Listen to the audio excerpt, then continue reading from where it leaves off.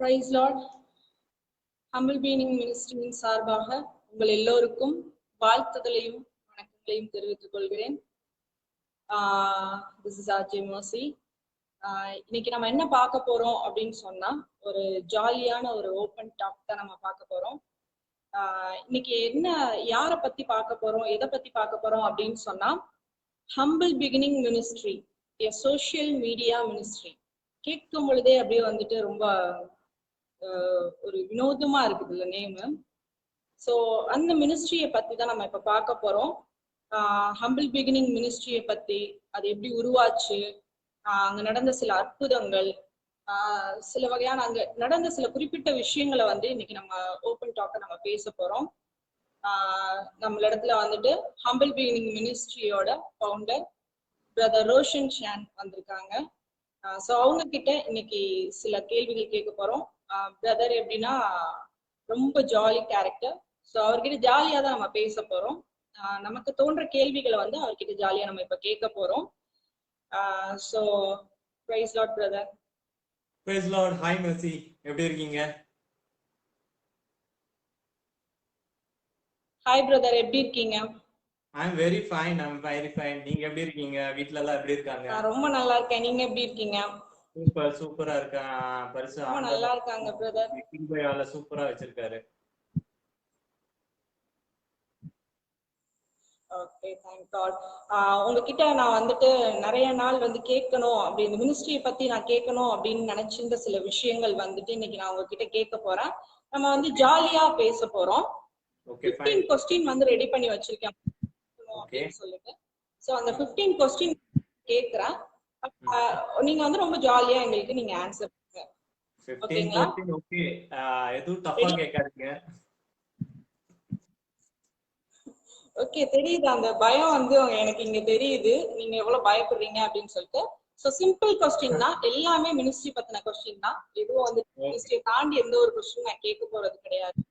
Question என்ன ரொம்ப இம்பார்ட்டன்டா, நம்ம என்ன டாபிக் எந்த மினிஸ்ட்ரில இருந்து இப்ப நம்ம எடுத்து பேசுறோமோ அந்த மினிஸ்ட்ரி பத்தினதான ஒரு கொஸ்டின் தான். Humble beginning ministry. Humble beginning ministry எ சோஷியல் மீடியா மினிஸ்ட்ரி அப்படின்னு வந்துட்டு கீழே நீங்க மென்ஷன் பண்ணிருக்கீங்க. அதை நான் பார்க்கும் போதே நான் நினைச்சேன், ஃபர்ஸ்ட் டைம் பார்க்கும்போது சோஷியல் மீடியா மினிஸ்ட்ரியா, நிறைய மினிஸ்ட்ரிக்கு வந்து பேர் இருக்கும். ஒவ்வொரு மினிஸ்ட்ரிக்கும் பேர் வந்து நம்ம ஆல்ரெடி கேட்ட நேமா தான் இருக்கும். அது எல்லாமே வந்துட்டு நம்ம ஆல்ரெடி கேட்ட நேம் தான். இது என்னடா சோஷியல் மீடியா மினிஸ்ட்ரி அப்படின்னு சொல்லிட்டு நானே ஃபர்ஸ்ட் டைம் ரொம்ப ஷாக் ஆயிட்டேன். நிறைய பேர் என்கிட்ட கேட்க ஆரம்பிச்சாங்க அந்த மினிஸ்ட்ரியை பார்த்து, சோஷியல் மீடியா மினிஸ்ட்ரினா உள்ள வந்து என்ன நடக்குது மேடம், இதுக்குள்ள வந்துட்டு எந்த மாதிரி மினிஸ்ட்ரி, இது என்ன நடக்குது இங்க, சோஷியல் மீடியா மினிஸ்ட்ரின்னு போட்டிருக்காங்களே அப்படின்னு சொல்லி என்கிட்ட நிறைய பேர் வந்து கேட்டாங்க. ஸோ அந்த ஒரு கொஸ்டின் வந்து நான் உங்ககிட்ட ரொம்ப நாளா நான் கேட்கணும்னு நினைச்சிட்டு இருந்தேன். ஸோ இன்னைக்கு நான் கேட்கணும்னு தோணுது. Humble beginning ministry, social media ministry. இந்த ஹம்பிள் பிகினிங் மினிஸ்ட்ரியை பத்தியும் அதுக்கு கீழே இருக்கிறதான அந்த சோஷியல் மீடியா மினிஸ்ட்ரி, அதை பத்தி கொஞ்சம் எனக்கு சொல்லுங்க. Interesting question. ஆக்சுவலி இத வச்சது வந்துட்டு எனக்கே ஒரு அன்னோனா தான் நானே வச்சேன் social media. Because when I started this ministry, இந்த மினிஸ்ட்ரிய துவக்கத்துல ஆண்டவர் கொடுத்த வார்த்தை ஹம்பிள், அற்பமான ஆரம்பம். ஏன்னா என்ன வந்து அநேக இடத்துல வந்து ஒரு அற்பமா தான் எண்ணுனாங்க. என்னுடைய லைஃபே வந்து ரொம்ப அற்பமா போயிடுச்சு. நிறைய இடத்துல வந்து அற்பமா எல்லாமே என்னை விட்டு போயிடுச்சு. அந்த நேரத்துல நான் உடைஞ்சு போய் இருந்த நேரத்துல எனக்கு யோபுல இருந்து ஒரு வசனம், அந்த வசனத்துல வந்து என்ன சொல்லப்பட்டிருக்குன்னா வந்துட்டு, உன்னுடைய அற்பமான ஆரம்பத்தை அசட்டையாக எண்ணாதே அப்படின்னு ஒரு வசனம் என்னை வந்து ரொம்ப இம்ப்ரெஸ் பண்ணிச்சு. அப்போ அந்த வசனத்தின் மூலியமா ஆண்டவர் பேசினாரு. அதன் மூலியமா வந்துட்டு அற்பமான ஆரம்பம் அப்படியே ஒரு ஹம்பிள் பிகினிங் அப்படின்ற வார்த்தை உருவானது. அந்த சோசியல் மீடியான்றது என்னன்னா, and when I started this ministry, there is no place to go and share God. நான் வந்து வெளியில போய் மற்றவங்களை போல, I am not a pastor first of all.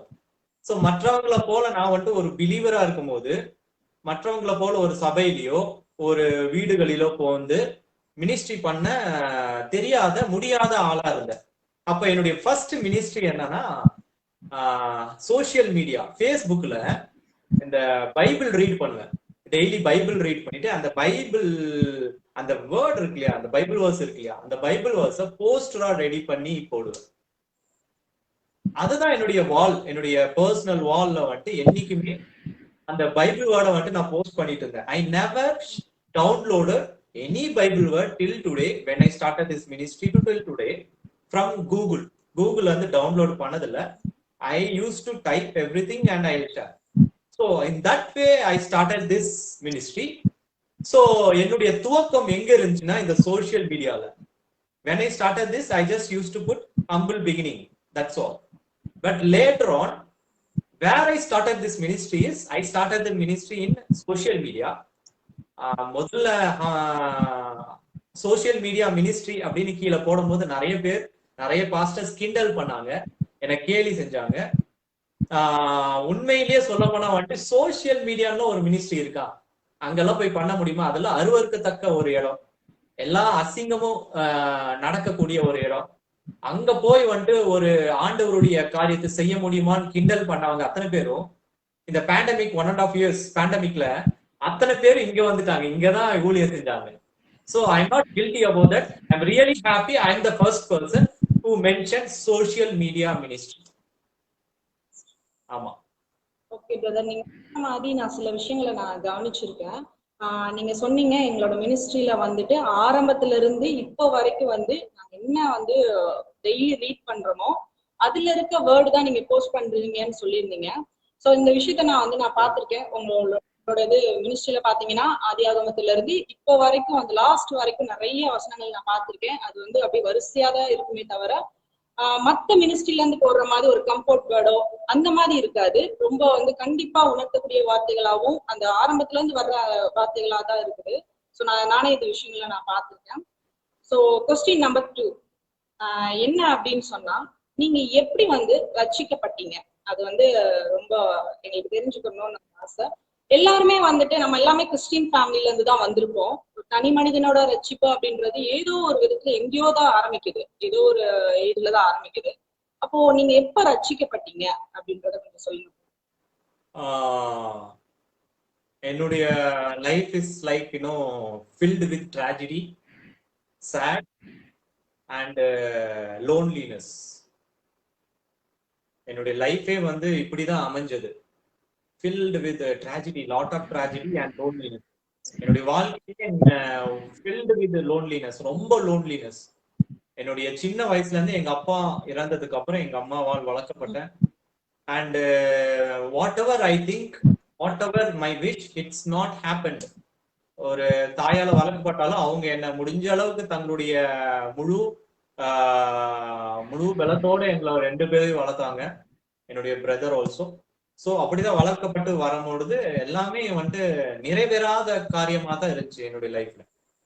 Nothing is fulfilled. And I know which things, எந்த காரியம் என்ன change பண்ணிச்சு, எப்படி அழைக்கப்பட்டேன் அப்படின்னா, ஒரு கட்டத்துல எல்லாராலையும் வந்துட்டு பகைக்கப்பட்டேன். ஏன் என்னுடைய சொந்த வீட்லயும் வந்துட்டு என்ன சாபமா நினைச்சாங்க.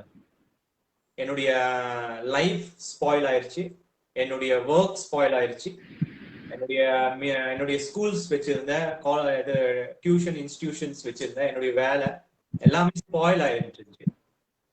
அட் தட் டைம் என்னுடைய மன சூழ்நிலைக்கு I was cornered by everyone. எல்லாரும் என்ன கார்னர் பண்ணிட்டாங்க. கார்னர் பண்ணிட்டு என்ன ஹையஸ்டா வந்துட்டு மோசமா பேசினவங்க வந்து யாருன்னா மினி பாஸ்டர்ஸ், சில சபைகளின் பாஸ்டர்ஸ், எனக்கு தெரிஞ்ச ரிலேஷன்ஸ், தே ஆர் பாஸ்டர்ஸ். அவங்க வந்து என்ன புறக்கணிக்கிற மாதிரி பேசுனாங்க, என்ன வந்து ஒரு சாபம் அப்படின்ற மாதிரி என்ன பேசினாங்க. ஹையஸ்டா சொல்ல போனா ஒரு தாய் கேட்க கூடாத ஒரு வார்த்தை என்னன்னா, ஒரு தாய் கேட்க வேண்டிய வார்த்தை என்ன தெரியுங்களா? தன்னுடைய மகனை சான்றோர் என கேட்ட தாய் அப்படின்னு ஒரு தாய் கேட்கலாம். ஆனா என்னுடைய தாய் எப்படி கேட்டாங்கன்னா, அவங்க ஒரு பாஸ்டர்ஸ், அவங்க வந்து பெண்டிகாஸ்டல் பாஸ்டர்ஸ். ஒரு சூழ்நிலையில என்கிட்ட பேசும்போது அவங்க என்ன சொன்னாங்கன்னா, அவங்க இப்படி உங்களுடைய பையனை நீங்க தப்பா வளர்த்துருக்கீங்க, இப்படிப்பட்ட ஒரு பையனை நீங்க வளர்த்ததுக்கு பதிலா கொன்று போட்டிருக்கலாம் அப்படின்னு என்னுடைய தாய் கிட்ட சொன்னாங்க.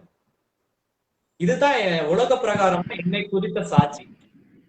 ஆனா அந்த வார்த்தையெல்லாம் வந்துட்டு எந்த அளவுக்கு என்ன பாதிச்சுச்சுன்னா, அது அந்த வார்த்தையெல்லாம் எனக்குள்ள ஒரு கோவத்தை உண்டாக்கி, அந்த கோவத்தினால நான் என்ன பண்ணேன்னா, மற்றவங்களை வந்துட்டு பழி தீர்க்கல. என்ன என்னுடைய சரீரத்தை நான் பழி தீர்த்துக்கிட்டேன். என்ன பண்ணேன்னா வந்துட்டு ரொம்ப தேவையில்லாத காரியத்துக்கு அடிக்ட் ஆயிட்டேன். என்ன நானே பழி தீர்த்துட்டேன். என்னுடைய சரீரத்தை நான் அழிச்சிட்டு இருந்தேன். அந்த டைம்ல நான் பார்த்த ஒரு விஷயம் என்னன்னா, எனக்காக ஒரு திடீர்னு ஒரு நாள் வந்துட்டு என்னுடைய ஆன்டி தும்கூர்ல இருக்காங்க, பெங்களூர் தும்கூர்ல ஒரு ஆன்டி இருக்காங்க. அப்போ ஒரு நாள் எனக்கு என் கூட பேசிட்டு இருந்த ரோஷன், இந்த மாதிரி 250 days பைபிள் ரீடிங் ப்ரோக்ராம் ஒன்று இருக்கு, WhatsApp group. It's a WhatsApp group. குவைத்துல இருந்து யாரோ ஒருத்தர், அவர் பேர் வந்து தாமஸ், ஐ திங்க் தாமஸ், அவர் வந்து கனெக்ட் பண்றாரு. மிஸ்டர் தாமஸ் கனெக்ட் பண்றாரு. அந்த குரூப்ல நீ உன்னை வந்துட்டு நான் வந்து ஒரு அட்மின் ஆக்குறேன், தமிழ் குரூப்புக்கு நான் உங்களை வந்துட்டு அட்மின் ஆக்குறேன். இது என்னன்னா, டெய்லி வந்துட்டு ஒரு 4 சாப்டர் பைபிள் ரீட் பண்ணிட்டு வரணும், இதுதான் இந்த குரூப் அப்படின்னு சொன்னாங்க. So what I done is, அந்த குரூப்ல இணைஞ்சி நான் அந்த பைபிளை வந்துட்டு டே பை டே ரீட் பண்ண ஆரம்பிச்சேன். At the beginning it's very very difficult. ஏன்னா மாம்சமான மனுஷனா இருக்கும் பொழுது அந்த பைபிள் ரீட் பண்ண என்னால முடியல. But I tried my best to read the Bible. ஒரு நாளும் அந்த 4 சாப்டர்னு ஒரு 2 வீக்ஸ் கண்டினியூ ஆனோன்னா அது வந்து ஹேபிட் ஆயிடுச்சு எனக்கு. அது ஒரு ஹேபிட்டா மாறிச்சு. அதற்கப்புறம் வாசிக்க ஆரம்பிச்சேன். அந்த வாசிப்பு தான் எனக்கு ஒரு உறுதுணையா, ஊன்றுகோலா இருந்துச்சு, ஒரு உந்து சக்தியா இருந்துச்சு. என்னை மாற்றினதுக்கு காரணம், நான் இந்த விசுவாசமான இந்த வாழ்க்கைக்குள்ள வர காரணமானது அந்த ஒரு விஷயம்தான். நான் ஒரு வீடியோல வந்துட்டு நான் பேசியிருப்பேன். என்னன்னா, நம்ம சோர்ந்து போய் துக்கப்பட்டு விழுந்து போற நேரத்துல ஆண்டவர் எங்கிருந்தாவது ஒரு தேவதூதன் மாதிரி ஒரு ஊழியரை அனுப்பி நம்மள அங்க இருந்து தூக்கி விட்டுருவாரு அப்படின்னு ஒரு வீடியோல பேசியிருக்கேன். அது போல என் வாழ்க்கையில நடந்தது. அதுதான் என் வாழ்க்கையை மாற்றிச்சு.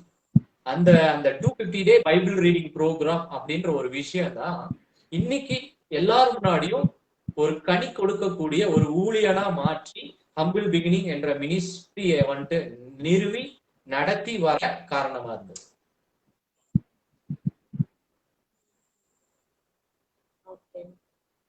ரொம்பவே வந்துட்டு டச்சிங்கா இருந்துச்சு நீங்க பேசின விஷயங்கள். அந்த மாற்றங்கள் எப்படி வந்திருக்குது அப்படின்னு நினைக்கும் போது ரொம்ப பெருமையா இருக்குது.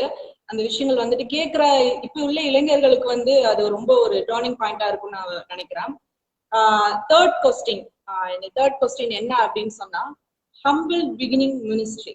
இந்த ஹம்பிள் பிகினிங் அப்படின்ற ஒரு வார்த்தை நான் ஃபர்ஸ்ட் டைம் பார்க்கும்போது எனக்குள்ளேயும் வந்துட்டு அது ஒரு ஒரு ஒரு எப்படி சொல்றதுன்னா, நம்ம இருதயத்துல ஒரு ஹம்பிள கொடுக்குற மாதிரி இருந்துச்சு. நிறைய பேர் வந்து என்கிட்ட வந்து கேட்ட விஷயம் என்னன்னா, ஹம்பிள் பிகினிங் மினிஸ்ட்ரி. நிறைய பேர் வந்து மெசேஞ்சர்ல எனக்கு சொல்லுவாங்க, இந்த மினிஸ்ட்ரியோட நேம் பார்க்கும் போதே வந்துட்டு சூப்பரா இருக்குது, அந்த மினிஸ்ட்ரியோட நேம் பார்க்கும் போதே வந்து ஒரு ஹம்பிள் நமக்குள்ள அது வெளிப்படுற மாதிரி இருக்குது, உணர்த்துது அப்படின்னு நிறைய பேர் என்கிட்ட சொல்லியிருக்காங்க. சோ இந்த விஷயத்தை வந்து நான் உங்களுக்கு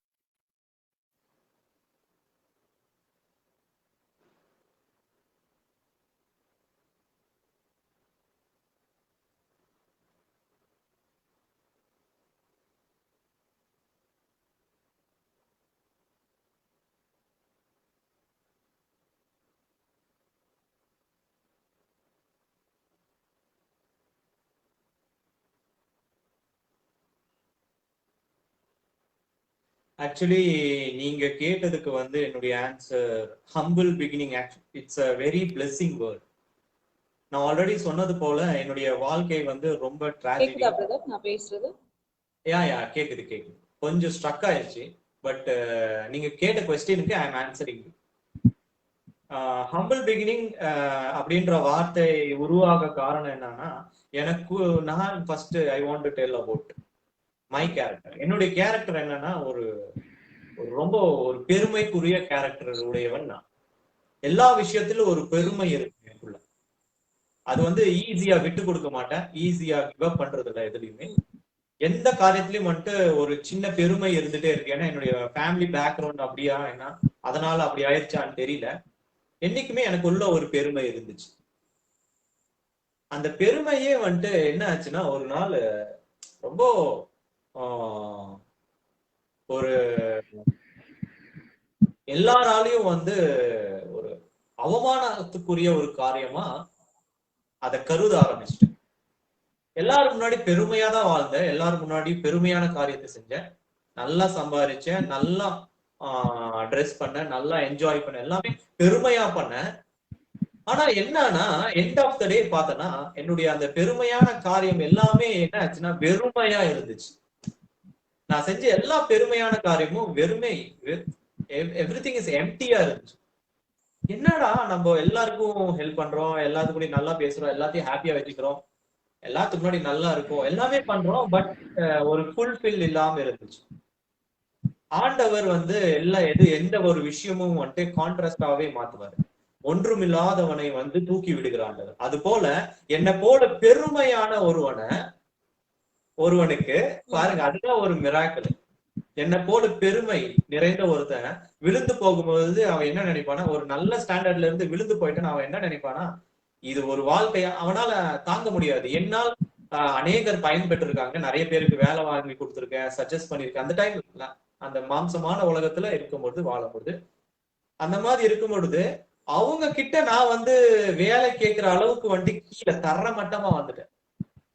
ஆனாலும் எனக்குள்ள ஒரு பெருமை இருந்துச்சு. அந்த பெருமை வந்துட்டு தடையா இருந்துச்சு. எதுக்குன்னா என்னுடைய வாழ்க்கையை முன்னெடுத்து செல்ல வந்துட்டு ரொம்ப தடையா இருந்துச்சு.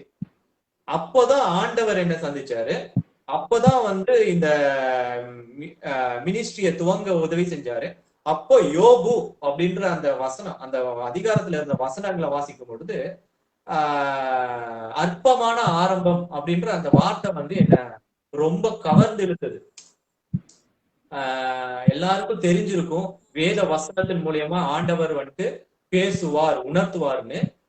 எனக்கு அப்படிதான் உணர்த்தினார். அப்படிதான் உணர்த்தி இந்த வார்த்தை என்ன வந்து என் ஆள் மனசுல எப்படி போய் நின்றுச்சுன்னா வந்துட்டு, உனக்குள்ள இருந்து அந்த எல்லாவற்றையும் எடுத்து போட்டு உனக்குள்ள ஒண்ணு வைக்க போறாரு. அது என்னன்னா தாழ்மை. அந்த தாழ்மையோட இங்கிலீஷ் ப்ரொனவுன்சியேஷன் வந்துட்டு ஹம்பிள், அற்பம். தமிழ்ல வந்துட்டு அற்பம், இங்கிலீஷ்ல தாழ்மை அப்படின் போது அற்பம் தாழ்மை ரெண்டுமே வந்துட்டு என்கிட்ட இருக்கு. நான் ஏன்னா நான் உணர்றது என்னன்னா, நான் அற்பமானவன்றது உணர்ந்துட்டேன். ஏன்னா என்னதான் நல்லது பண்ணாலும் எண்ட் ஆஃப் த டே என்ன கிடைக்குதுன்னா நமக்கு இன் ரிட்டர்ன் தப்பான பேர். அப்ப நான் உணர்ந்த ஒரே ஒரு விஷயம், அற்பமானவன்ல இட்ஸ் ரொம்ப அற்பமான விஷயம் இல்ல. நம்ம அற்பமான விஷயத்தெல்லாம் நினைச்சு கவலைப்பட்டு அதுக்காக பிரயாசப்பட்டு அதுக்காக இது பண்ணி எந்த காரியம் பண்ணாலும் கடைசியில நம்ம எது கிடைச்சிச்சு, நமக்கு கெட்ட பேர். அதனால ஆண்டவர்கிட்ட போய் சேரும் பொழுது அவரு கொடுத்த அந்த வார்த்தை தான் ஹம்பிள். அதை நான் ஒண்ணு துவங்கி இருக்கேன். என்னன்னா வந்துட்டு இந்த மினிஸ்ட்ரி பிகினிங். சோ அற்பமான ஆரம்பம்ன்றது இந்த மினிஸ்ட்ரியை துவங்கும் போது என்னையும் யாருன்னு எனக்கு யாருக்கும் தெரியாது, இந்த மினிஸ்ட்ரியும் யாருக்கு தெரியாது. I am a single person and my father alone. இதுதான் என்னுடைய துவக்கம், என்னுடைய இந்த மினிஸ்ட்ரியோட துவக்கம். சோ அதற்காக தான் வந்துட்டு ஹம்பிள் பிகினிங் அப்படின்னு பேர் வச்சேன்.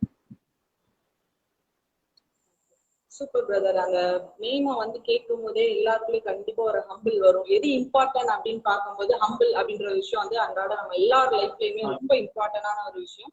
அதை பார்க்கும்போது எல்லாரும் வரும் அப்படின்னு நான் விசுவாசிக்கிறேன். 4th கொஸ்டின் உங்ககிட்ட நான் கேட்க போறேன். அந்த கொஸ்டின் என்ன அப்படின்னா, எப்படி ஊழியத்துக்கு வரணும்னு நினைச்சீங்க? இப்போ இருக்க இளைஞர்கள் எல்லாம் பார்க்கும்போது ஊழியத்துக்கு நீ போறியா அப்படின்னு இப்போ பாஸ்டர்ஸ் ஃபேமிலியே பசங்களை கேட்கும்போது சொல்லுவாங்க, இல்லப்பா எனக்கு அழைப்பு இல்லப்பா அப்படின்னு ஈஸியா வந்துட்டு அந்த ஒன் வேர்டா சொல்லிட்டு எஸ்கேப் ஆயிடுவாங்க. உங்களுக்கு எப்படி வந்து இந்த ஊழியத்துக்கு வரணும் அப்படின்ற ஒரு உணர்வு, அந்த ஒரு தாட் எப்படி இருந்துச்சு? எப்படி வந்து அழைக்கப்பட்டீங்க? அதை பத்தி கொஞ்சம் சொல்ல முடியுமா? என்னுடைய அழைப்பே ஒரு டிஃப்ரெண்டானது. என்னன்னா நான் வளர்ந்த என்னுடைய ஃபேமிலில அத்தனை பேர் ஊழியர்கள். சிஎஸ்ஐ சர்ச்ல, டைசிஸ்ல எல்லா இடத்துலயும் ஊழியக்காரரா இருக்காங்க. என்னுடைய ஃபேமிலி நிறைய பேர் ஊழியக்காரர்கள். அப்படி இருக்கும் பொழுது நான் ஒண்ணு யோசித்தேன், என்னன்னா நான் வந்து ஊழியக்காரனா ஆயிடக்கூடாது அப்படின்னு. எங்க மம்மி என்ன சொல்லியிருக்காங்கன்னா, நீ ஊழியக்காரனா நான் வந்து உன்னை பிறக்கும் பொழுதே வந்துட்டு ஊழியத்துக்கு நான் ஒப்பு கொடுக்குறேன்னு சொல்லியிருந்தேன் அப்படின்னு.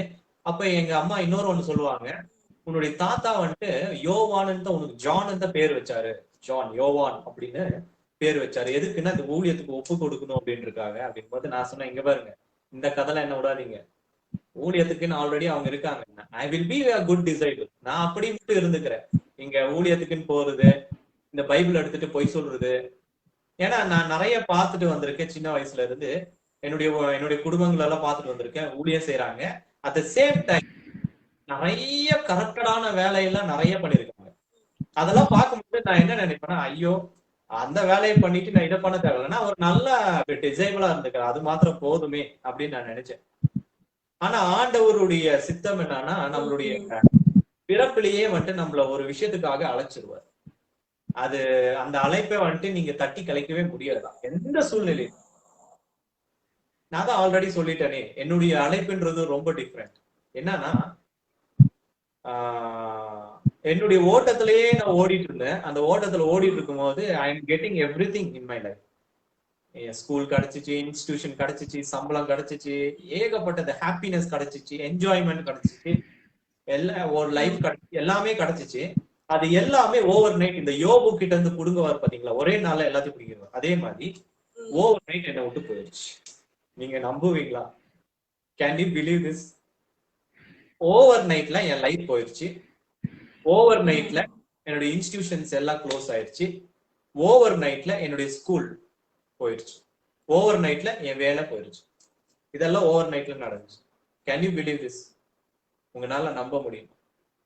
இதெல்லாம் அடுத்து நடக்குது. வித்தின் அ மந்த் எப்படி ஆயிட்டேன்னா, ஐ கம் டவுன். ஒரு 15 years எக்ஸ்பீரியன்ஸ் ஆகி ஒரு விஷயத்த செஞ்சு அப்படியே ரிவர்ஸ் வந்து இப்படி என்ன ஆச்சுன்னா, ஒரு 15 வருஷம் பின்னாடி போயிட்டேன்.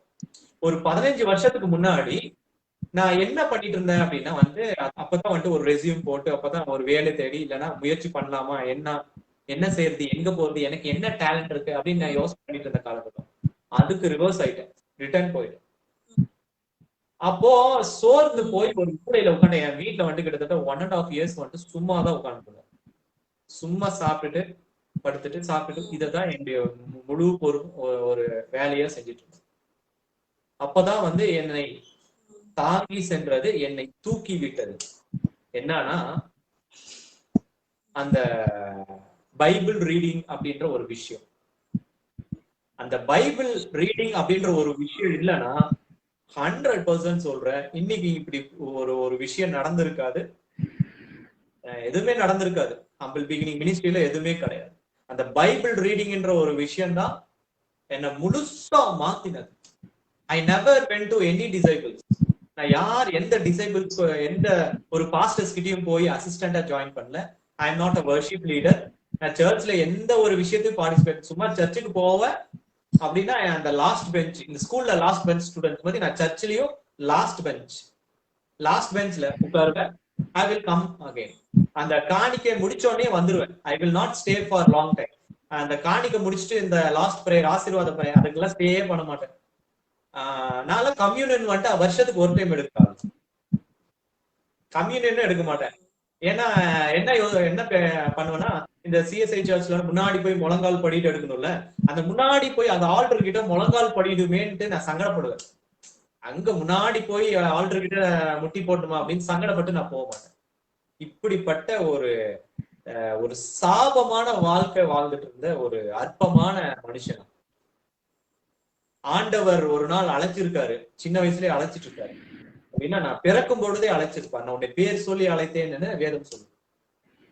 என்னை மாற்றினது ஒரே ஒரு விஷயம் தான். நான் இன்னைக்கும் உயிருள்ள ஆவியானவருக்கு முன்பாக சாட்சி கொடுக்கிறது என்னன்னா, என்னை மாத்தினது இந்த வசனம். எந்த மனுஷனும் கிடையாது. நோ ஹியூமன், நோ பாஸ்டர்ஸ், யாருமே என்ன மாற்றல. என்னை மாற்றினது ஒன்னே ஒண்ணுதான். இதுக்கு இவ்வளவு பவர் இருக்கா அப்படின்னு இப்ப யோசிக்கும் பொழுதுதான் என்னால உணர முடியுது. ஏன்னா நிறைய பேர் பார்ப்பாங்க, நிறைய பேர் அந்த மாதிரி வாழ்க்கை வாழ்ந்துட்டு இருப்பான், அவங்களுக்கு புரியாது. ஏன்னா நான் மாறி இருக்கேன் அப்படின்னா இது ஒண்ணுதான், பைபிள், இந்த வசனம் தான் என்ன மாத்திச்சு. வேற no one, nobody help me to change. இதுதான் என்னுடைய மாற்றம். ஆமா. ஓகே பிரதர், அடுத்து ஒரு இம்பார்ட்டன்டான கொஸ்டின். இப்பதான் 5th கொஸ்டின்கே வர்றோம். சோ தெம்பா இருந்துக்கோங்க, இன்னும் ஒரு 10 கொஸ்டின்ஸ் இருக்குது. சோ 5th கொஸ்டின் அப்படின்னு சொன்னோம்னா, நிறைய உங்களோட மெசேஜ் நான் கேட்டிருக்கேன். அதுல நீங்க சொன்ன ஒரு விஷயம் அப்படின்னா, உங்களோட குரு யாருன்னு நீங்க சொல்லியிருக்கீங்க. என்னோட இப்போ நான் வந்து அதை நான் மெசேஜ்ல நான் கேட்டு தெரிஞ்சிருக்கிறேன். சோ நான் மறுபடியும் அந்த விஷயத்த கேட்கணும்னு நினைக்கிறேன். உங்களோட குரு யாரு? ஏன்னா நீங்க சொல்லியிருக்கீங்க என்னுடைய குரு. ஓகே, ஏன்னா நீங்க என்னன்னா I am not a person who went to theology college. நான் தியாலஜி படிச்சுட்டு வந்த ஊழியக்காரன். நான் தியாலஜி காலேஜுக்கு போல. And I am not interested to go there. ஏன்னா நான் ஒன்ன பிலீவ் பண்ணேன், மனுஷன் எனக்கு கத்து கொடுக்கறது எவ்வளவுனா, ஒரு டீச்சர் இந்த வேர்ல்ட்ல எந்த ஒரு டீச்சருமே வந்துட்டு முழுமையா கத்து கொடுக்க மாட்டாங்க. they will teach 70%. அந்த 25% வந்து எந்த டீச்சர் in this world கத்து கொடுக்க மாட்டாங்க. அந்த ரகசியத்தை அவங்களுக்குள்ளே வச்சுக்குவாங்க. ஏன்னா அந்த ரகசியத்தை கத்து கொடுத்துட்டானா he will cross him, அவனை தாண்டி போயிருவான் அப்படின்னு இருக்காங்க. அந்த ரகசியத்தை சொல்லி கொடுக்க மாட்டாங்க. அதனால நான் டிசைட் பண்ணது என்னன்னா, ஒரு நாளும் வேதத்தை வாசிக்கும் பொழுது ஒரே ஒரு விஷயம் பண்ணுவேன். ஏசப்பா, என்ன ஊழியத்துக்கு அழைக்கிறீங்க, எனக்கு தெரிஞ்சிருச்சு, நான் ஊழியம் பண்ணணும். ஆனா எனக்கு பைபிள் பத்தி தெரியாது. நான் இன்ன வரைக்கும் ஒரு ஆல்டர்ல நின்னதே கிடையாது. நான் ஆல்டருக்கு பக்கமே போக மாட்டேன். எனக்கு ஷை பர்சன். நான் தான் ஆல்ரெடி சொன்னேன், நான் கம்யூனிட்டி எடுக்குனா கூட முன்னாடி போக மாட்டேன். இதுல சிஎஸ்ஐ சர்ச்ல ஒரு மாதிரி ஷையா இருக்கும், ஒரு மாதிரி அன்கம்ஃபர்டா இருக்கும். முன்னாடி அவ்வளவு தூரம் எல்லா சேர்ஸையும் தாண்டி போகும்போது முன்னாடி போன எல்லாரும் பாப்பாங்களே அப்படின்னு ஷையா இருக்கும். அப்படி ஒரு பர்சன். இன்ன வரைக்கும் ஸ்டேஜ்ல ஏறி வந்து ஏன் ஒரு பாட்டு பாடினது கிடையாது. பாட்டு முழுசாவும் தெரியாது, எந்த பாட்டுமே. வேதம் வாசிக்கணும், என்ன ஊழியத்துக்கு அழைக்கிறீங்க, அப்போ வேதத்தை நான் வாசிக்கும் பொழுது ஒண்ணுமே புரிய மாட்டேங்குது.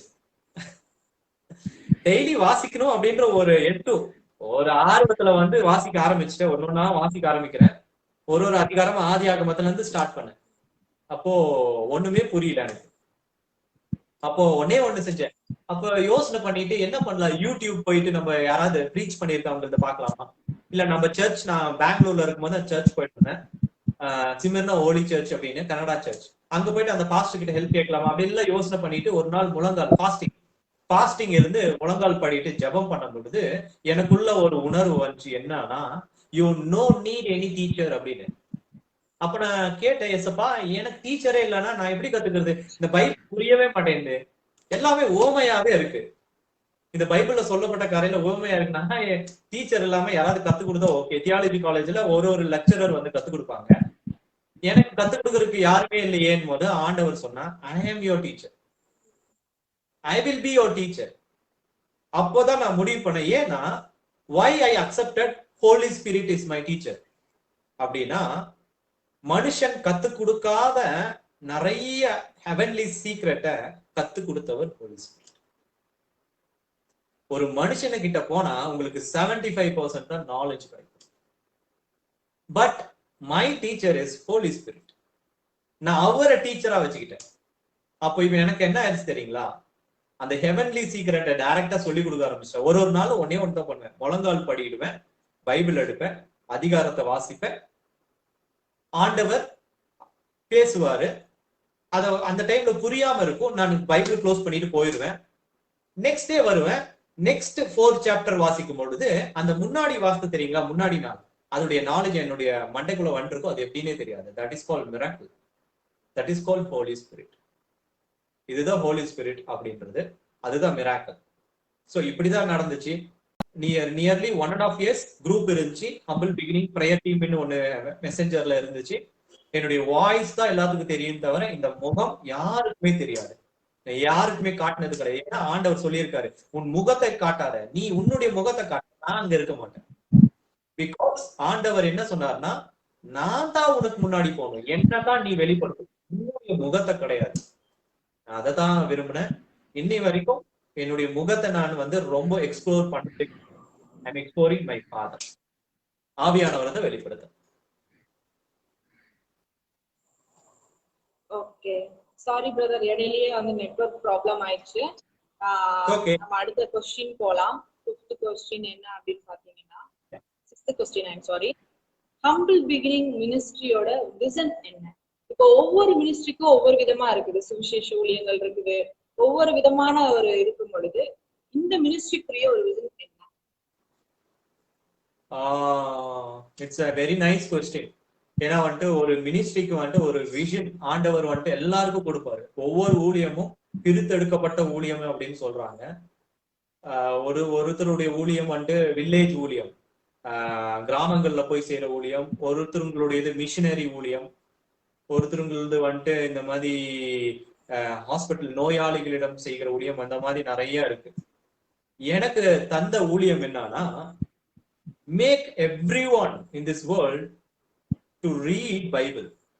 வேதத்தை படிக்க செய்யணும், படிக்கிறதுக்கு உற்சாகம் அளிக்கணும். ஏன்னா இந்த வேதமே வெளிச்சம் அப்படின்னு நான் நம்பி விசுவாசத்துக்கு வந்தேன். ஏன்னா இந்த வேதம் தான் என்ன இந்த வெளிச்சத்துக்குள்ள கொண்டு வந்துச்சு. சோ ஐ பிலீவ் தட் இந்த வேதம் மாத்திரம் தான் என்ன வெளிச்சத்துக்கு கொண்டு வரும். எந்த மாம்சமான மனுஷனுடைய வார்த்தையும் விருதாதான். நான் ஒருவேளை ஒரு ஊழியக்காரர் இப்ப பேசுறாருன்னா நாளைக்கு வேற பேசலாம், ஏன்னா அது மாம்சம் பேசுது. ஆனா இதுக்குள்ள இருக்கிற வசனம் வானமும் பூமி ஒளிந்தாலும் மாறாது. ஒரு ஊழியக்காரனை பிசாசானவன் ஈஸியா கரெக்ட் பண்ணி தப்பான வார்த்தைகளை சொல்ல வச்சிடலாம். சரியா? பிசாசானவன் ஒரு ஊழியக்காரனையோ ஒரு ஊழியக்காரியையோ ஒரு தேவ மனிதனையோ ஈஸியா கரெக்ட் பண்ணி அந்த ஊழியத்தையே வந்துட்டு வேறு மாதிரி கொண்டு சென்றலாம். நீங்க நிறைய இன்னைக்கு பாக்குறீங்க, கண்ணு முன்னாடி நடக்குது. அந்த ஊழியெல்லாம் வந்துட்டு சொல்ல வெட்கக்கேடா இருக்கு. அப்படி இருக்கும் பொழுது மாம்சமான மனுஷனுடைய வார்த்தையும் மாறிடலாம். ஆனா மாறாதது என்ன தெரியுங்களா? இந்த வேதம். அப்போ ஆண்டவர் எனக்கு கொடுத்த ஊழியம் என்னன்னா, go this world, learn my word directly from me. நான் என்னால் கொடுக்கப்பட்ட வார்த்தையை முழுமையாக கற்றுக்கொள், தெரிந்து கொள்ளணும். எல்லாம் அவங்க இந்த வார்த்தையை பைபிள்ல படிச்சுட்டாங்கன்னா யாருமே அவங்களை வந்து கரெக்ட் பண்ண முடியாது. அந்தி கிறிஸ்துன்றவன் வார்த்தை வந்து உங்களை தொடவே முடியாது. No Antichrist will come and correct you. உங்களுடைய இருதயத்தை கரெக்ட் பண்ண முடியாது. ஏன்னா உங்களுக்கு வேத வசனம் தெரியும், வேத சத்தியம் தெரியும். எந்த ஊழியனும் உங்களை கரெக்ட் பண்ண முடியாது. உங்களை வந்து இந்த சபைகள்ல டான்ஸ் ஆடுன்னு சொல்ல முடியாது. உங்களுக்கு நீங்க சத்தியம் தெரிஞ்சிருந்துச்சுன்னா அவன் கூட ஆட மாட்டீங்க. சபையில வந்து பாக்கெட்ல இருந்து 500 rupees வருதுன்னு மேஜிக் காட்ட முடியாது. ஏன்னா உங்களுக்கு சத்தியம் தெரிஞ்சிருச்சுன்னா உங்க சபையோட மூப்பனே வந்து இந்த மாதிரியான கரப்டட் பீப்புளை கூட்டிட்டு வந்து இங்க பாருங்க ப்ரேயர் பண்ணானா பிரதர் ப்ரேயர் பண்ணுவாரு. ப்ரேயர் பண்ணா உங்களுடைய பர்ஸ்ல இருந்து 500 ரூபாய் வரும், 500 ரூபாய் வந்துட்டு இருக்கும், 100 ரூபாய் வந்துட்டு இருக்கும்னு உங்க ஊழியக்காரன் ஒரு வித்த காட்டுறவனை கூட்டிட்டு வந்து வித்த காட்ட முடியாது. நீங்க தட்டி கேட்கலாம். எப்ப தெரியுங்களா? இந்த வேத வசனம் தெரியும்.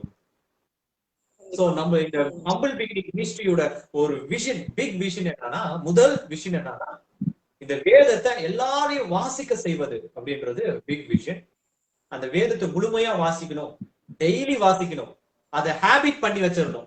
இந்த வேத வாசிப்பேன் அவங்களுக்கு ஒரு ஹேபிட்டா பண்ண வச்சிடணும் அப்படின்றது எங்களுடைய முழு நோக்கம். ரெண்டாவது விஷயம் என்னன்னா, we want to help. எங்களுக்கு வர எந்த ஒரு காணிக்கையையும் நாங்க வந்துட்டு ஒரு ஊழியக்காரர்களுக்கும் அவர்களுடைய சபைகளுக்கும் கொடுக்கணும் அப்படின்றதுதான். we should not take our own. எங்களுக்கு எடுக்கக்கூடாது.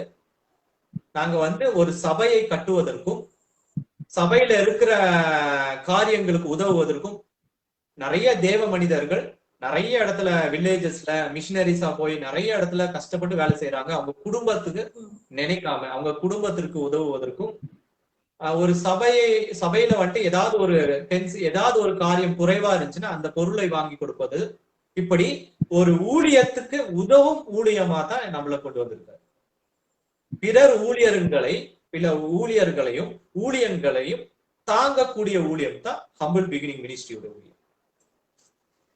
இது ரெண்டு ரொம்ப இம்பார்ட்டன்டான ஒரு விஷயம்.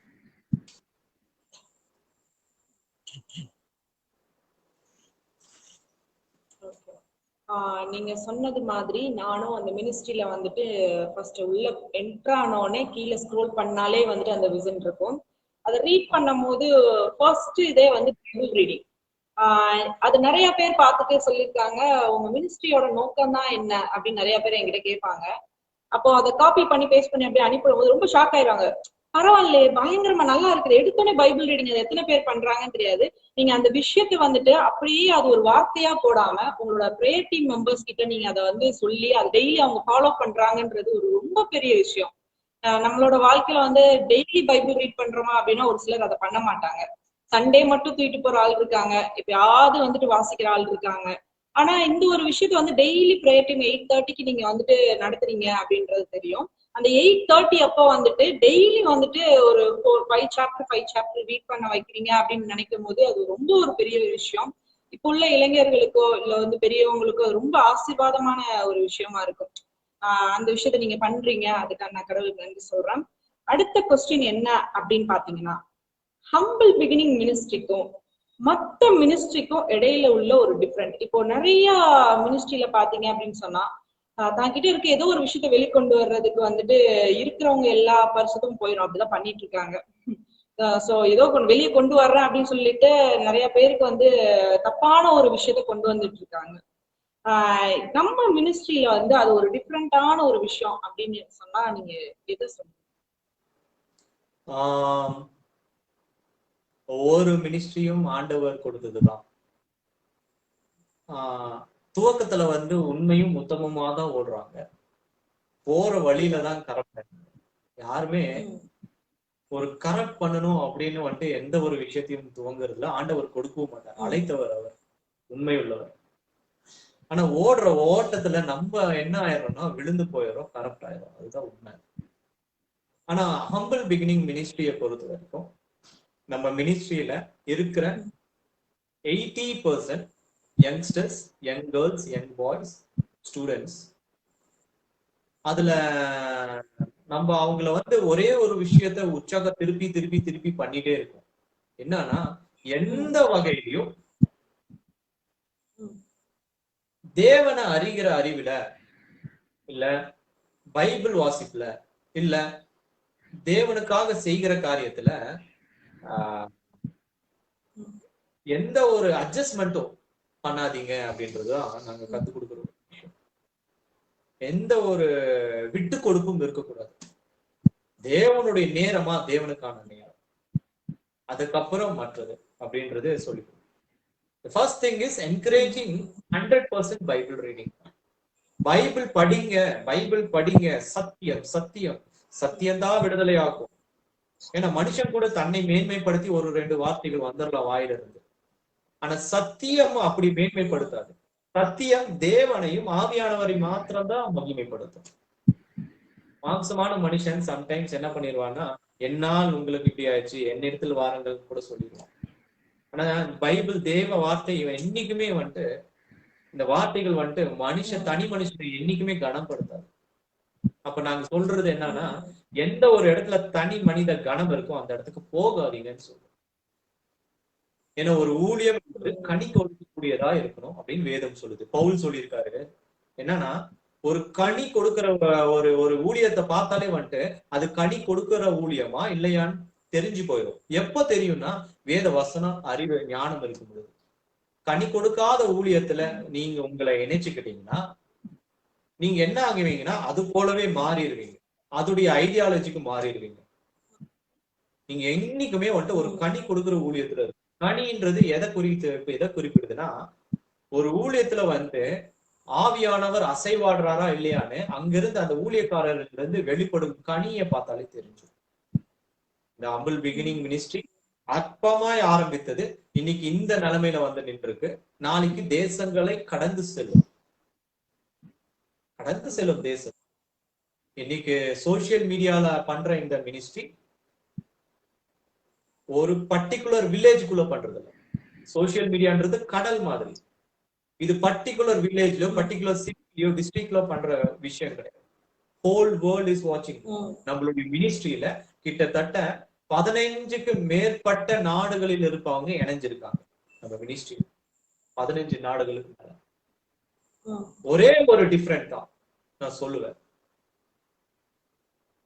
எங்க கிட்ட வாங்க, நாங்க உங்களுக்கு மிராக்கிள் பண்றோம், எங்க கிட்ட வாங்க, நாங்க உங்களை ஆசீர்வதிக்கிறோம், எங்க கிட்ட வாங்க, உங்களுக்கு இது பெற்றுக் கொடுக்கிறோம் அப்படின்னு யாரையுமே சொல்லி அழைக்கிறது.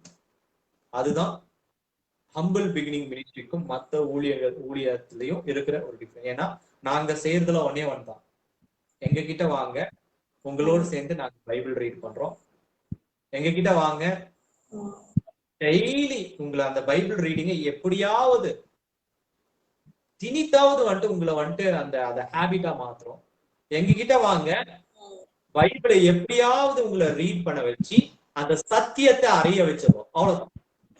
அதுக்கப்புறம் நீங்க எங்க போனாலும் உங்களை நீங்க காப்பாத்திக்குவீங்க. ஏன் தெரியுங்களா? உங்களுக்கு சத்தியம் தெரிஞ்சிருச்சு. சத்தியம் தெரிஞ்ச பிறகு you can save your own. நாங்க தேவையில்லை அதுக்கப்புறம். So that is our difference. That one difference is there between our ministry and others. Okay, நீங்க சொன்னது மாதிரி உங்க விசன்ல வந்துட்டு நீங்க கீழே வந்துட்டு ஹம்பிள் பிகினிங் மினிஸ்ட்ரியோட அந்த பேஜ்ல வந்து நீங்க கீழே சொல்லும் போது ஃபர்ஸ்ட் ரீடிங் சொன்னீங்க. அடுத்து ஒரு விஷயம் நீங்க வந்து மென்ஷன் பண்ணிருந்தீங்க. நீங்க வந்து ஊழியர்களுக்கு வந்து உதவுறத பத்தி நீங்க மென்ஷன் பண்ணிருந்தீங்க. அந்த ஒரு மனது எத்தனை பேருக்கு வரும் அப்படின்றதுலாம் தெரியாது. ஆனா நீங்க அதை செஞ்சது மட்டும் இல்லாம அதை வந்து ஒரு வார்த்தையா இல்லாம அதை நீங்க செஞ்சுட்டு இருக்கீங்க. அடுத்து ஒரு கொஸ்டின் என்னன்னா, அதுக்கு ரிலேட்டடான ஒரு கொஸ்டின் தான் நான் கேட்க போறேன். என்ன அப்படின்னா, மினிஸ்ட்ரியில இருந்து வர்ற தசம பாகமோ காணிக்கையோ நானே கேட்டு வந்து ஒரு ஆச்சரியப்பட்ட ஒரு விஷயம் என்ன அப்படின்னு பாத்தீங்கன்னா, அந்த எந்த ஒரு பணமோ வந்து அது உங்களோட கைக்கு வர்றது கிடையாது. நீங்க அந்த மினிஸ்ட்ரியில வச்சிருக்க இன்சார்ஜ் கைக்கு தான் போகுது. அதுல 5 பைசா கூட உங்க கையால அது எடுத்தது இல்லை. அது பிறருக்காக உதவுறீங்க அப்படின்றது வந்துட்டு நான் பார்த்திருக்கேன். எப்படி வந்து அந்த ஒரு மனசு வந்து இருக்குது, பிறருக்காக உதவுறது அப்படின்றது. நிறைய பேரு காணிக்கைக்காகவே ஊழியம் பண்றாங்க. காணிக்கைக்காகவே வந்துட்டு வீடு வீடா போயிட்டு ஒரு கூட்டம் நடத்தணும் அப்படின்னு நினைக்கிற அந்த ஒரு ஸ்டேஜ்ல வந்துட்டு நம்ம கிட்ட இருந்து வர தசம பாகத்தையும் நமக்கு ஊழியத்துக்குன்னு வர்ற காணிக்கையும் பிறருக்காக கொடுத்து உதவுறோம் அப்படி ஒரு மனப்பான்மை அப்படின்றது எல்லாருக்குமே கண்டிப்பா வராது. நான் ரொம்ப ஆச்சரியப்பட்ட ஒரு விஷயம். அந்த காணிக்கையை கூட வந்து டைரக்டா உங்ககிட்ட வந்துட்டு வரக்கூடாது அப்படின்றதுக்காண்டி உங்க மினிஸ்ட்ரியில ஒரு இன்சார்ஜ் போட்டு அவங்க கிட்ட எல்லாமே போகுது அப்படின்றது நான் பார்த்திருக்கேன். அதை பத்தி கொஞ்சம் சொல்லுங்க. இது வந்து நான் ஊழியத்தை வந்து வெளியில துவங்குறதுக்கு முன்னாடியே டிசைட் பண்ண ஒரு விஷயம். ஏன்னா காணிக்கைன்றது ஆண்டவருக்காக முழு ஹிருதயத்தோட கொடுக்குற ஒரு விஷயம். நாங்க இன்ன வரைக்கும் யாருக்கிட்டையும் கேட்பதும் இல்லை, கொடுக்குற காணிக்கையே வேண்டாம் அப்படின்னு தட்டி கழிக்கிறதும் கிடையாது. அண்ட் இன்ன வரைக்குமே வந்து அந்த காணிக்கை தசம பாகம் அனுப்புறவங்க எங்களுடைய மினிஸ்ட்ரியில ஒரு இன்சார்ஜ் போட்டிருக்கோம். யாருமே வந்து எனக்கு அனுப்ப வேண்டாம்னு சொல்லிட்டு அவங்களுடைய நம்பரை தான் கொடுத்துருக்கேன். ஏன்னா இன்ன வரைக்கும் யார் எவ்வளவு காணிக்கை அனுப்புறாங்கன்னு கூட எனக்கு தெரியாது, அந்த கணக்கு கேட்டது கிடையாது. ஆனா ஒன்னே ஒண்ணு நிச்சயம் என்னன்னா, ஆண்டவர் என்னை அழைத்த அழைப்பு என்னன்னா, உன்னை நான் பாத்துக்கிறேன், என்னுடைய வார்த்தையை எடுத்துட்டு போய் சேர்க்கறது மட்டும்தான் உங்க வேலை அப்படின்னு சொன்னாரு. அந்த வேலையை செய்யும் பொழுது, அதை துவங்கும் பொழுது நிறைய பேர் நம்ம கிட்ட வந்து என்ன பண்றாங்கன்னா ஹெல்ப் கேட்க ஆரம்பிச்சிட்டாங்க.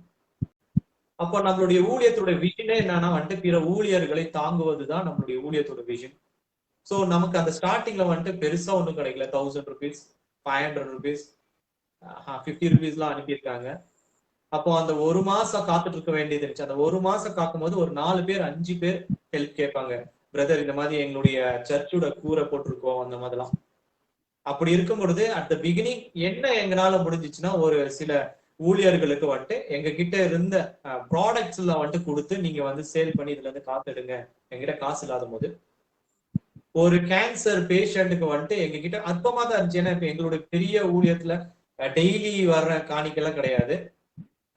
அண்ட் மோர் ஓவர் எங்களுக்கு வர அந்த 500-1000 ரூபாய் வந்துட்டு கொடுத்தனா வந்துட்டு யாருக்குமே ஒரு பெரிய உதவியா இருக்கிற ஒரு கேன்சர் பேஷண்ட்டுக்கு ஒரு கீமோதெரப்பி பண்ணணும்னா கூட ஒரு 5000, 6000, 10,000 வரைக்கும் ஆகலாம்.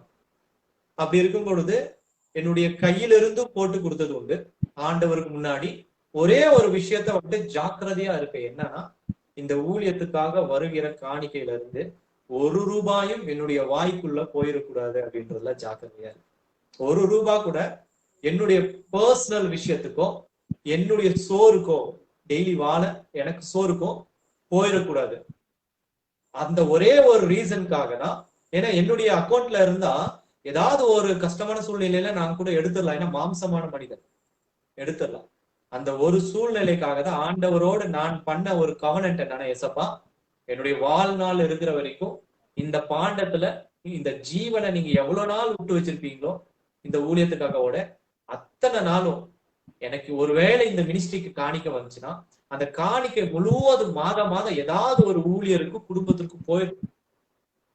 அது ஒரு மாதம் குறைவா இருந்துச்சுன்னா 1000 ரூபாய் வரும், ஒரு மாதத்துக்கு 500 ரூபாய் வரும். அப்போ ஒரு 2 மாதம் சேர்த்து வச்சு ஏதாவது ஒரு ஊழியத்துக்கு அனுப்பியிருந்தோம் ஏசப்பா. ஊழிய தேவைகளை சந்திக்கணும். நாங்க எங்களுடைய வாயில அந்த ஒரு ரூபாய்க்கு மிட்டாய் வாங்க கூட அந்த காசை தொற்றக்கூடாதுன்னு நினைக்கிறேன். இந்த ஊழியத்திற்கு அனுப்பின ஒரு ரூபாயும் ஆசீர்வதிக்கப்பட்டதா தான் இருக்கு. இன்ன வரைக்கும் எங்களுடைய வாய்க்குள்ளேயோ என்னுடைய பர்சனல் லைஃப்லயோ இருந்ததே கிடையாது. நிறைய நாள் என்னுடைய தனிமையில நான் தனியா இருக்கும் பொழுது நிறைய அரிசி வாங்க முடியாத சூழ்நிலை இருந்திருக்கு, ரெண்ட் கட்ட முடியாத சூழ்நிலை இருந்திருக்கு. ஆனா காணிக்கை பணம் இருந்தது, 10,000 8,000 என்று இருந்தது. எந்த ஒரு சூழ்நிலை வந்தாலும் ஆண்டவர் அதுல இருந்து ஒரு ரூபாய் எடுக்க எனக்கு சொல்லவுள்ள எடுத்தது கிடையாது. அதை ரொம்ப ஸ்ட்ரிக்டா ஃபாலோ பண்ணிட்டு அது ஊழியர்களுக்கான பணம். அந்த காணிக்கை ஆசீர்வாதமா அனுப்புறாங்க. அந்த ஆசீர்வாதம் அவர்களுக்கு பெற்று கொடுத்தே ஆகணும் அப்படின்றதுல ரொம்ப ஜாக்கிரதையா இருக்கேன். என் வாய்ப்புல போயிடக்கூடாது. எந்த ஊழியருக்காவது போய் அது ஆசீர்வாதமா மாறணும். ஏன்னா தேவனோட நாம எப்படியாவது மகிமைப்படுத்திடணும்ன்றது என்னுடைய இன்டென்ஷன். ரொம்ப டச்சான ஒரு விஷயம் தான் பிரதர். ரொம்ப கர்த்தர் கண்டிப்பா அவங்களை ஆசீர்வதிப்பார். ஊழியக்காரர்களுக்கோ இல்ல ஏழைகளுக்கு செய்யும் பொழுது கர்த்தரை அதை பன்மடங்கு நமக்கு திருப்பி கொடுப்பாரு. கண்டிப்பா அவனோட ஊழியங்களையும் கர்த்தர் பெருகின்ற ஒரு விசுவாசம் இருக்குது. அடுத்த ஒரு மெயினான ஒரு கொஸ்டின் என்ன அப்படின்னா, எனக்குள்ளேயே எழுந்த ஒரு சின்ன டவுட் தான்.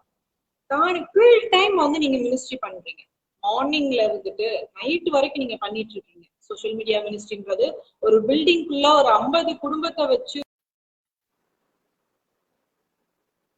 அப்படின்றது வெளியே நிறைய பீப்புள்ஸ் உங்களுக்கு கால் பண்ணிட்டு இருக்காங்க. டெய்லி நிறைய பண்ணிட்டு இருக்காங்க. நிறைய பேருக்கு நீங்க சொல்லிட்டு இருக்கீங்க. மார்னிங் நீங்க ஆரம்பிச்சீங்க அப்படின்னு சொன்னா நைட் ஆயுது நீங்க முடிக்கிறதுக்கு நீங்க ஒரு தடவை என்கிட்ட நீங்க பகிர்ந்துக்கிட்டீங்க இதை பத்தி. அப்படின்றப்போ உங்களோட இப்போ காணிக்கைய நீங்க பாஸ்டர்ஸ் காண்டி நீங்க கொடுக்குறீங்க, ஏழைகளுக்கு உதவி செய்றீங்க, கஷ்டப்படுறவங்களுக்கு நீங்க கொடுக்குறீங்க.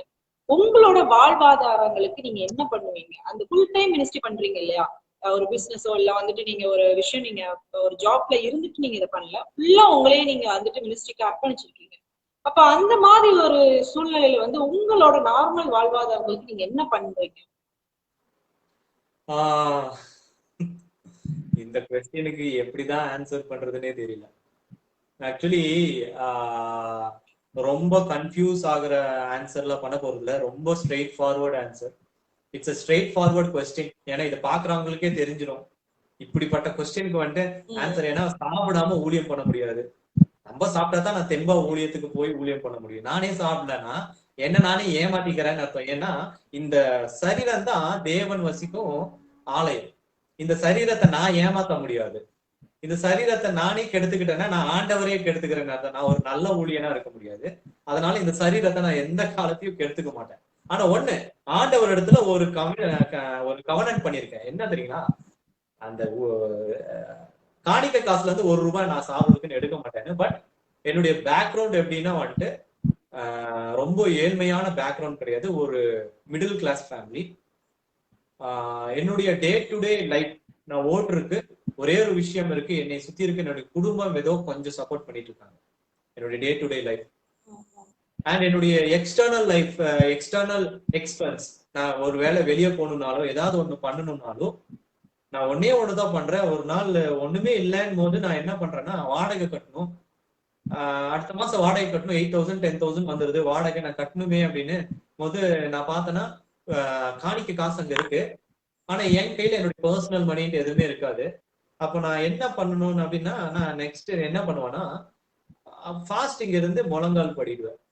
முழங்கால் படிட்டு, இல்லப்பா வாடகை கட்டணும், காணிக்கை காசுல இருந்து எடுக்க முடியாது, நான் வேலைக்கும் போறது கிடையாது, வேலையும் இல்லை. ஏன்னா எல்லாம் என்கிட்ட இருந்து அந்த வேர்ல்ட்லி ஆசீர்வாதத்தெல்லாம் புடிங்கிட்டாரு.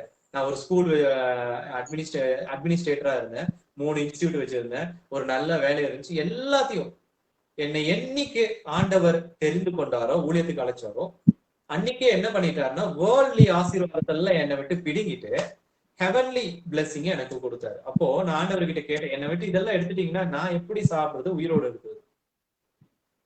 அப்போ என்னுடைய தேவையை நான் எப்படி பூர்த்தி செய்யறேன்னா, எனக்கு ரொம்ப ஸ்ட்ராங்கான பிலீவ் இருக்கு. நான் தைரியமாவே இப்பவும் சொல்லுவேன், எனக்கு ஏதோ ஒரு தேவைன்னா முழங்கால் தான் படிடுவேன். அதான் படிப்பா இது வேணுமே, நான் நாளைக்கு இங்க போகணும், நாளைக்கு 2 ஓனர் வந்து கேட்டோம் அசிங்காயிருமே அப்படின்னு ஜபம் பண்ணிட்டு படுப்பேன். அடுத்த நாள் அந்த ரெண்ட் கட்டிருக்கு என்னுடைய ஃபேமிலியில இருந்தோ இல்ல தெரிஞ்சவங்க மூலியம் யார் மூலியமாவது வந்துட்டு எனக்கு அந்த பணம் கிடைச்சது. இப்படிதான் இன்ன வரைக்கும் போயிட்டு இருக்கு. சம்டைம்ஸ் எல்லா ஜபமும் சந்திக்கப்படுதுன்னா சம்டைம்ஸ் வந்துட்டு தாமதமாகுது. அதுல என்ன சோதிக்கிறாரோ அப்படின்னு நான் தெரிஞ்சுக்குவேன். ஆனால் இருந்தாலும் அந்த தாமதத்துல வந்துட்டு நான் என்ன பண்ணிக்குவேன்னா என்ன நானே தேத்திப்பேன். அந்த டைம்ல என்ன பண்ணுவேன்னா எனக்கு தெரிஞ்சவங்க கிட்ட உதவி கேட்பேன், எனக்கு கொஞ்சம் உதவி செய்யுங்க, இந்த மாதிரி சூழ்நிலை இருக்கு அப்படின்னு கேட்டிருக்கேன். பட் எக்காரணத்தை கொண்டும் அந்த காணிக்கையில இருந்து என்னுடைய பர்சனல் லைஃபை நான் ஸ்பெண்ட் பண்ணதும் கிடையாது, பண்ண போறதும் கிடையாது. பட் பவுல் ஒரு இடத்துல சொல்லியிருக்காரு, பால் ஏன்னா பாலை போல வந்துட்டு பவுலை போல ஒரு தேவ மனிதன் ஊழியம் செஞ்சவங்க புறஜாதிகளுக்கு யாருமே கிடையாது. ஹோல் பைபிள் சாட்சி கொடுக்குது. அவர் ஒரு இடத்துல சொல்லியிருக்காரு, என்னுடைய சம்பாத்தியத்துலதான் நான் சாப்பிட்டேன் அப்படின்னு சொல்லி. நான் ஒரு ரெண்ட் ஹவுஸ் எடுத்து தங்கி என்னுடைய சம்பாத்தியத்துலதான் நான் சாப்பிட்டேன்னு சொல்லி அவர் சொல்லியிருக்காரு. அந்த ஆளு ஊழியம் பண்ணலான்னா இன்னைக்கு நீங்களும் நானும் புறஜாதிங்க. இந்த இந்தியால புறஜாதிங்க நம்மளும். நமக்கு தேவன் யாருன்னே தெரிஞ்சிருக்க முடியாம போயிருக்கும். ஏன்னா அவரு தில்லா நின்று நான் புறஜாதிகளுக்கு போய் ஆண்டவர் யாருன்னு சொல்லுவேன்னு சொல்லனா அவங்க முழு மனசா வந்துட்டு அந்த 12 டிசைபிள்ஸும் பண்ணிருக்க மாட்டாங்க ஊழியமே. அங்கேயே சொல்லி தெரிஞ்சிருப்பாங்க. அப்ப அந்த மனிதன் வந்துட்டு தன்னுடைய சம்பாத்தியத்துலதான் சாப்பிட்டேன்னு சொல்லும் போது நான் அந்த வார்த்தை என்னுடைய இருதயத்தை தொட்டது. அதனால என்ன பண்ணிருக்கேன்னா இனி வரும் காலங்களில நான் சாகுற வரைக்கும் ஒரு விஷயம் நான் பண்ணணும்னு நினைக்கிறேன். என்னன்னா ஒருவேளை ஏதாவது ஒரு வழியில என்னுடைய தேவைகளை நான் வந்துட்டு பூர்த்தி செஞ்சுக்கணும். என்னுடைய சாப்பாடுக்கோ என்னை நம்பி வருகிற யாரா இருந்தாலும் அவர்களுடைய சாப்பாடுக்கோ இந்த ஊழியத்திலிருந்து வரும் இந்த காணிக்கையோ என்ன ஒரு தசம பங்கு எதுவுமே வந்து எடுத்து கை வச்சிடாம அதெல்லாம் வந்து இட் கோஸ் டு த ஊழியர்கள், அவர்களுக்கு போயிடணும். என்னுடைய சம்பாத்தியத்துக்கு நான் ஏதாவது பிளான் பண்ணணும், ஏதாவது பிசினஸோ ஏதாவது ஒன்றுல இன்வெஸ்ட்மெண்ட் பண்ணி அதுல இருந்து மாதம் ஏதாவது ஒண்ணு பண்ணணும் அப்படின்றது பிளான் பண்ணியிருக்கேன். ஸ்டில் நான் உன்னுடைய நினைவுகள் அல்லன்னு ஆண்டவர் சொல்லியிருக்காரு. So end of the day அவர் என்ன யோசிக்கிறாரோ அதை தான் நடத்துவாரு. I surrender to him. அவர்கிட்ட சரண்டர் பண்ணிட்டேன், அவரு பார்த்து நடத்துவார். ஆமா, உண்மையிலேயே வந்துட்டு கேட்ட கொஸ்டினுக்கு வந்து கோவப்படாம ஆன்சர் பண்ணிருக்கீங்க. இதெல்லாம் மத்தவங்க கேட்டா என்னடா அவன் வாழ்வாதாரத்துக்கு கேட்கறான் கோவப்படுவாங்க. கோவப்படாம ஒரு ஆன்சர் சொல்லியிருக்கீங்க. Thank you brother. அண்ட் அடுத்து ஒரு கொஸ்டின் என்ன அப்படின்னு சொன்னா, humble beginning ministry social media மினிஸ்ட்ரின்னு ஆல்ரெடி நீங்க சொல்லிட்டீங்க. ஹம்பிள் பிகினிங் மினிஸ்ட்ரிக்கு ஏன் பில்டிங் இல்ல?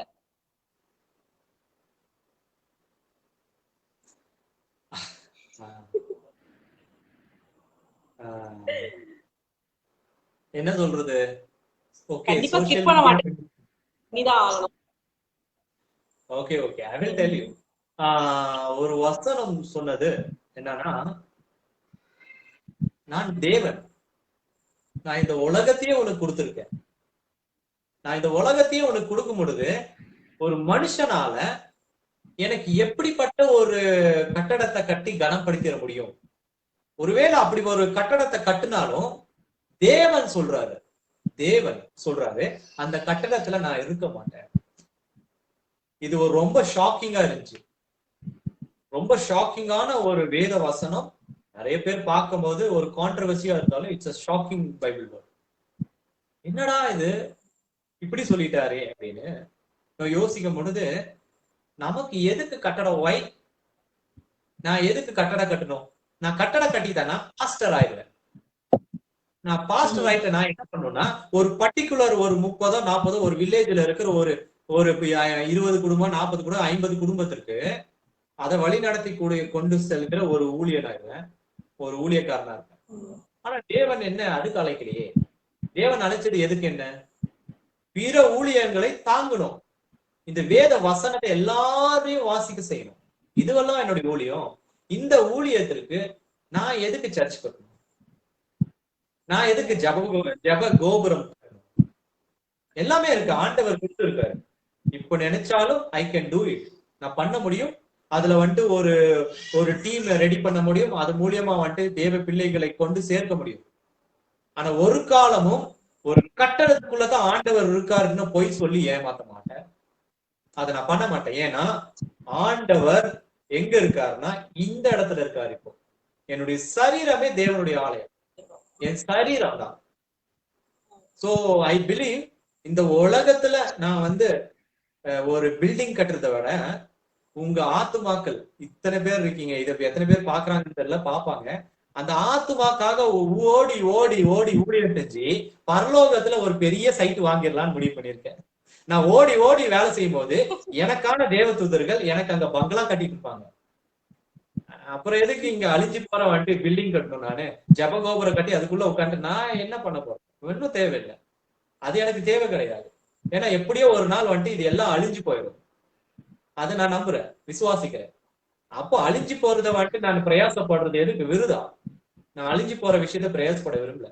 நான் ஓடி ஓடி ஓடி ஊழியம் செஞ்சு ஓடி ஓடி தேவனுக்காக வந்து உழைச்சி தேவனுடைய காரியத்தை, தேவனுடைய பிள்ளைகளுக்கான காரியத்தை செஞ்சு. ஏன்னா எனக்கு ஒரு பில்டிங் கிடையாது. நான் எந்தெந்த சர்ச்சுக்குலாம் உதவி செய்யறனோ தேவன் மூலியமா, உங்களுடைய காலிக்க மூலியமா, அத்தனை சர்ச்சும் என்னுடைய சர்ச். நான் ஒரு பில்டிங் கட்டித்தேன்னா அந்த சர்ச்சுக்கு மட்டும்தான் நான் ஒரு ஒரு சம்பந்தப்பட்டவனா இருப்பேன். கரெக்டா நான் சொல்றது உங்களுக்கு புரியுதா? நான் வந்து ஒரு பில்டிங் கட்டிட்டேன்னா நான் அதற்கு மட்டும்தான் பொறுப்பாளி, அதற்கு மட்டும்தான் சம்பந்தப்பட்டவன்.